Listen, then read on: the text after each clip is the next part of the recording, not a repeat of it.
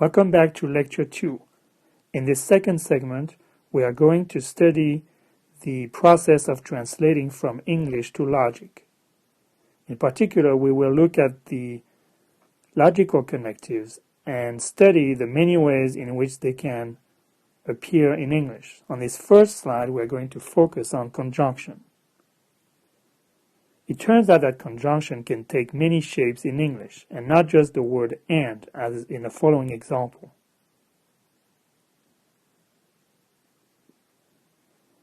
Now, this sentence is made up of two atomic propositions shown in red and blue, combined with the word and.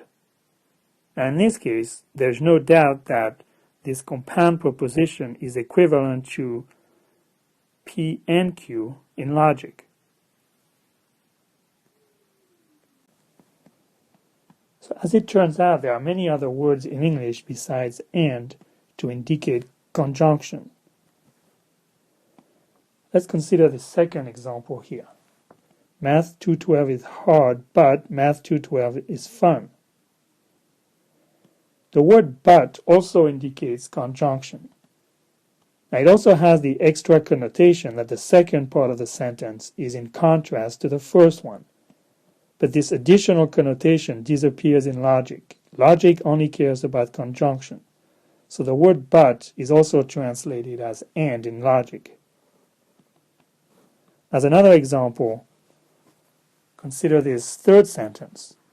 Math 212 is hard, then Math 212 is fun. Again, this sentence indicates conjunction of two atomic propositions. Notice how the word then has an extra connotation, in this case, the idea of a sequencing in time. First, you think it's hard, then you come to enjoy it.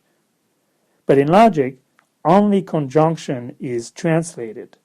So the sequencing in time disappears, and what is left in logic in P and Q is only the conjunction.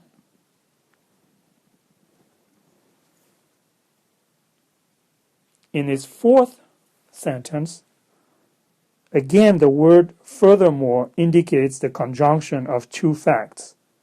The extra connotation here is that the second proposition provides additional information above and beyond the first one. But again, that is just conjunction, nothing more. Therefore, in logic, this fourth sentence also becomes P and Q.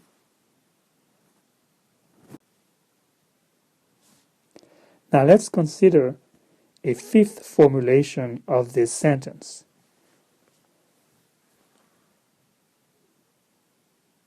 In this case, the conjunction is indicated by the complicated expression in English, not only, but also.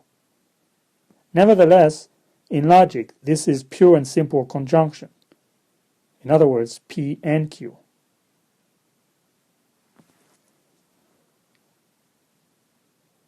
Let's look at yet another formulation of the same statement. This one is a bit more complicated. It says, Math 212 is neither easy nor boring. Now in this case, first notice that the word easy, or Math 212 is easy, is simply the negation of P, namely Math 212 is hard. So don't introduce a new propositional variable here, just use not P for Math 212 is easy. Similarly, Math 212 is boring is just the opposite of Math 212 is fun. In other words, Math 212 is boring is simply the proposition, not Q. But where is the conjunction here? Well, the conjunction here is in the expression neither nor, which is equivalent to not something and not something else. That's where the conjunction is. So in logic, this statement becomes not P and not Q. In other words, Math 212 is neither not hard nor not fun. And of course, since you're familiar with double negation, you know that this final proposition, not P and not Q, is equivalent to P and Q again. And I could go on and give you extra examples, but I think it's enough to make the point that converting from English to logic is not as straightforward as you might have thought. And even just for the connective conjunction, there are many, many ways to express it in English. What the examples on these slides show is that natural languages like English are rich in nuance and full of connotations. Now in this course, we're going to apply logical reasoning to mathematics rather than English. Now, of course, mathematical language or notation is much more explicit and much less ambiguous than English. For example, consider the following mathematical expression. 1 less than or equal to x less than or equal to y. Now, the meaning of this expression is extremely clear. The value of x lies somewhere between 1 and the value of y, inclusive. But even this simple expression is actually not an atomic proposition. It is really the conjunction of two propositions, namely x is greater than 1 and y is greater than x. So the take-home message here is formalizing a statement or an argument, that is, converting it to logic, is most of the time not a trivial task at all, and it requires careful analysis.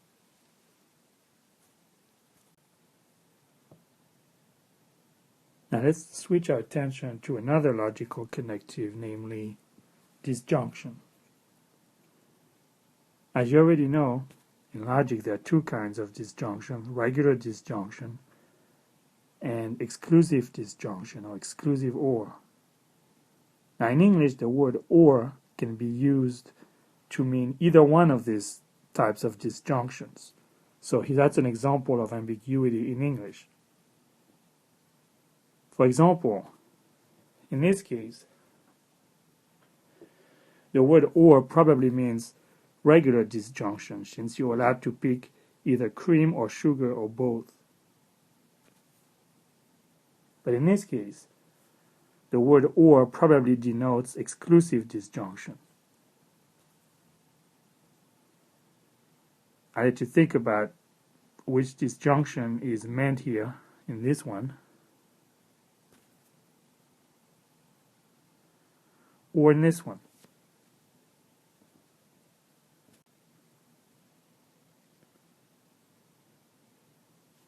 While these four examples clearly demonstrates the ambiguity in the word or in English, they are a little bit awkward because they are not real propositions, especially if you put a question mark after each one of them. So let's consider a valid proposition that does contain the word or. Now in this example, exclusive disjunction is clearly meant because each question on the quiz would either be of one type or the other, but cannot be of both types at the same time.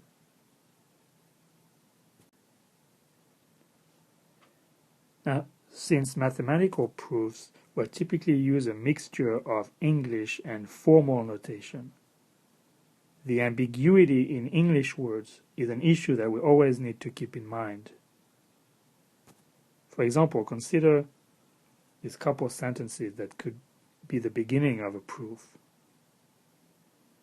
In this case, the word or means exclusive or, since an integer is either even or odd but cannot be both at the same time. So of course, everybody who understands this proof knows that. That's why the ambiguity is left there. It's not really a problem. But if we were to write a formal proof, then we would have to convert this or to an exclusive or. Now let's consider the next logical connective, namely the conditional, or material implication P implies Q.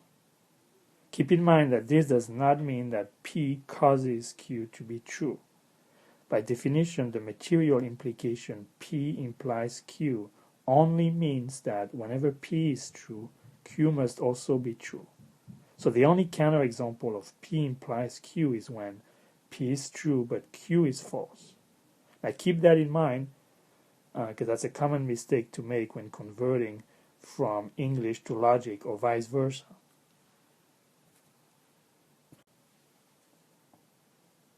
Now for this logical connective, I'm going to use the propositional variables P and Q instead of English statements. But feel free to pick your favorite English statements to plug in for P and Q.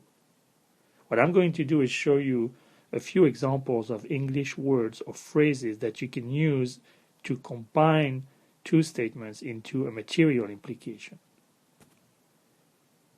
The most common one is the expression if P then Q.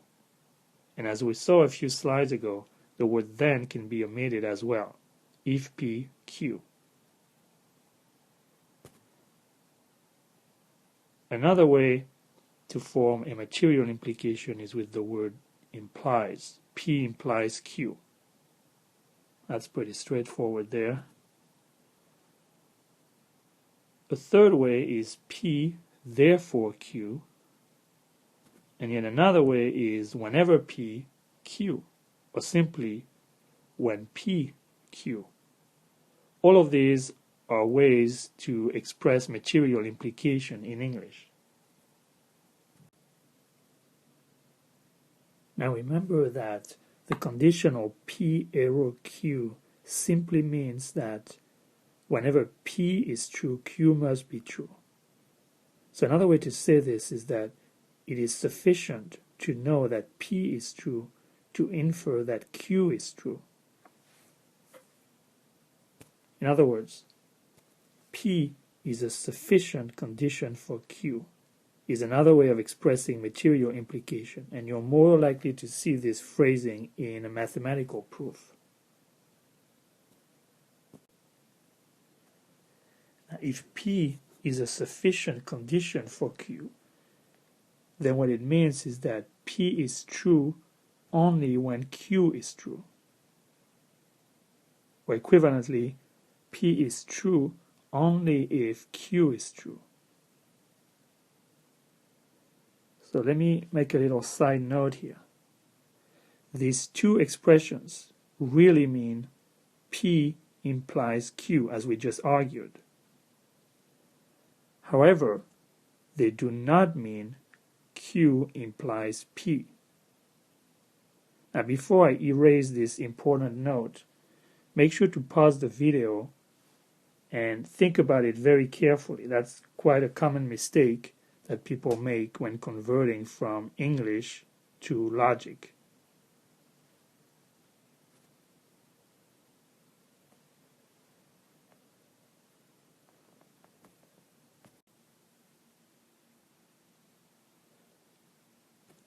Now, on the right side of the slide, I'm going to show you yet different ways of expressing the conditional P implies Q, in which the proposition Q appears before the proposition P. So for example, instead of saying if P then Q, or if P Q, you could simply say Q if P. And instead of saying P implies Q, you could say Q follows from P. Or instead of saying whenever P Q, one could say Q whenever P.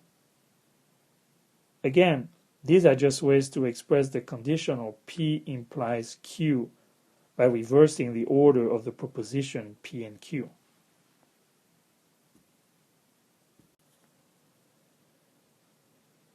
If whenever P is true, Q must necessarily be true, as is the case when P implies Q, then another way to state that is to say that Q is a necessary condition for P.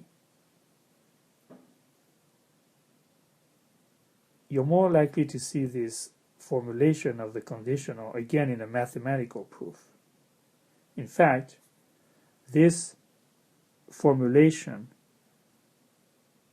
Q is a necessary condition for P, is the counterpart of the formulation we saw earlier here on the left, namely P is a sufficient condition for Q. Make sure to try and keep those straight. Notice how the word sufficient was replaced with the word necessary, and the order of P and Q was reversed. Now let's look at a slightly more complicated way of expressing P implies Q. So what this is saying is Q is true unless not P is true. In other words, as long as not P is false, then Q is true. Or equivalently, as long as P is true, then Q is true. Clearly, that's P implies Q. Now, another way to convince you that this is the case, try to find a counterexample for this statement. What would make it false? Well, the only counterexample would be when not P is false, but still Q is false. In other words, P is true, but Q is false. Again, that is the only counterexample for the conditional P implies Q. I encourage you to stop the video and convince yourself that this is indeed the case. By the way, since the word unless is synonymous with the phrase except if, yet another way to express P implies Q is the following: Q except if not P. Now, as our last example, let's consider a pretty simple mathematical statement. Namely, for every even integer n squared plus 1 is odd. I claim that there is a conditional in this statement, even though it's not obvious. What this statement really means is that if n is any even integer, then it must be the case that n squared plus 1 is odd. So, I should be obvious by now. I want to emphasize the fact that converting from English or mathematical statements to logic, especially when it comes to the conditional, is not a trivial task.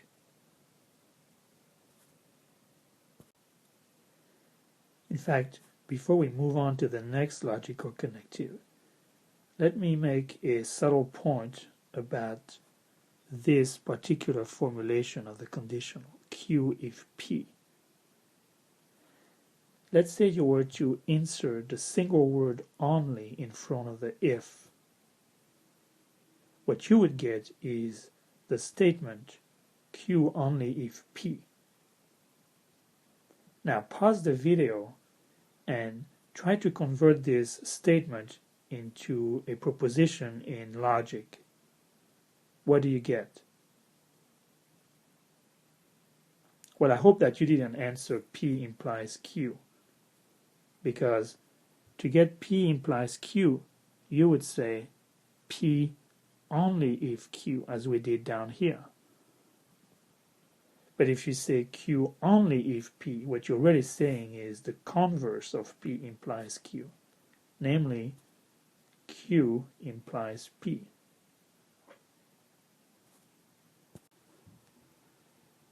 Now let's consider our last logical connective, the biconditional, P double arrow Q.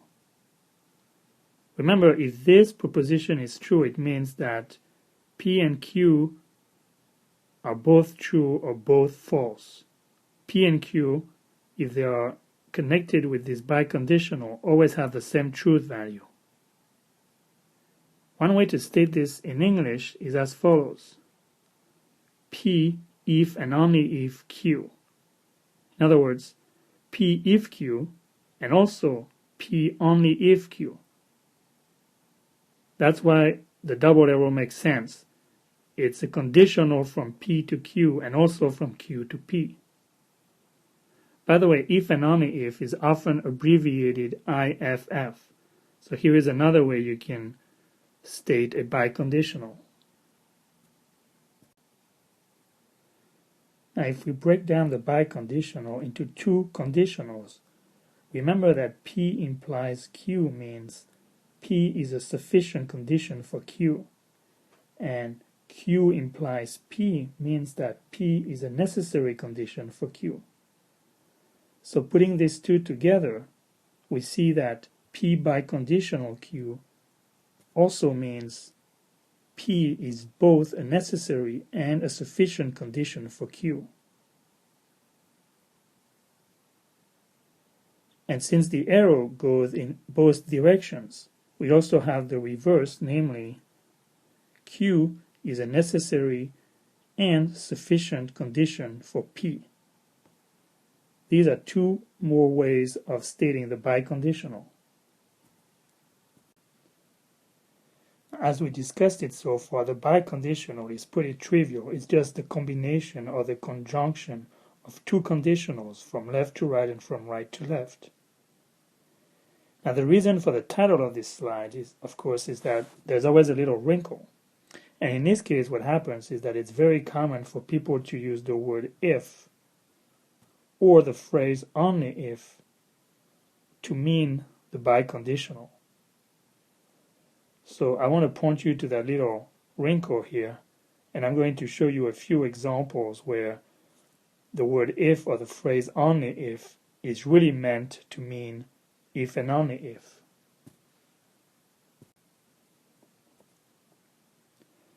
So here is a sentence that I tell my kids on a regular basis. You will get dessert only if you finish your dinner. And notice I use the phrase only if here to mean the only way you will get dessert is if you finish your dinner. But of course, it is also true in the other direction, namely, if you finish your dinner, then you will get dessert. So really, in this case, the only if is in place of an if and only if. Similarly, I could have said, and I sometimes say, you will get dessert if you finish your dinner.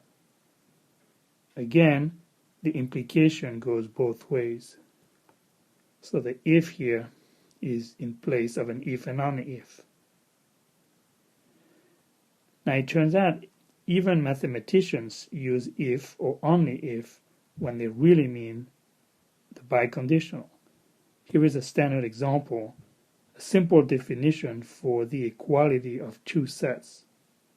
Two sets x and y are equal if x and y contain the same elements. Again, only the word if is used. But when you think about it, what this definition tells us is that if x and y are equal, then they contain the same elements. And vice versa, if x and y contain the same elements, then the sets are equal. Once again, the word if is used in place of a biconditional. Let's wrap up this second lecture by remembering the two steps that you have to follow when trying to prove that an argument is valid. Step number one, which we focused on in this lecture, is to convert the English statement of the argument into logic. What that involves is identifying the atomic propositions and the logical connectives in the English sentences. And as you just saw, this process is not always straightforward. Please review these slides as often as it takes until you're comfortable doing or performing this first step. In future lectures, we will focus on step number 2, which is to work exclusively with the logical statements, the propositions. Forget about English and focus on what the propositions actually mean and how to transform them in a formal way to prove the validity of the arguments.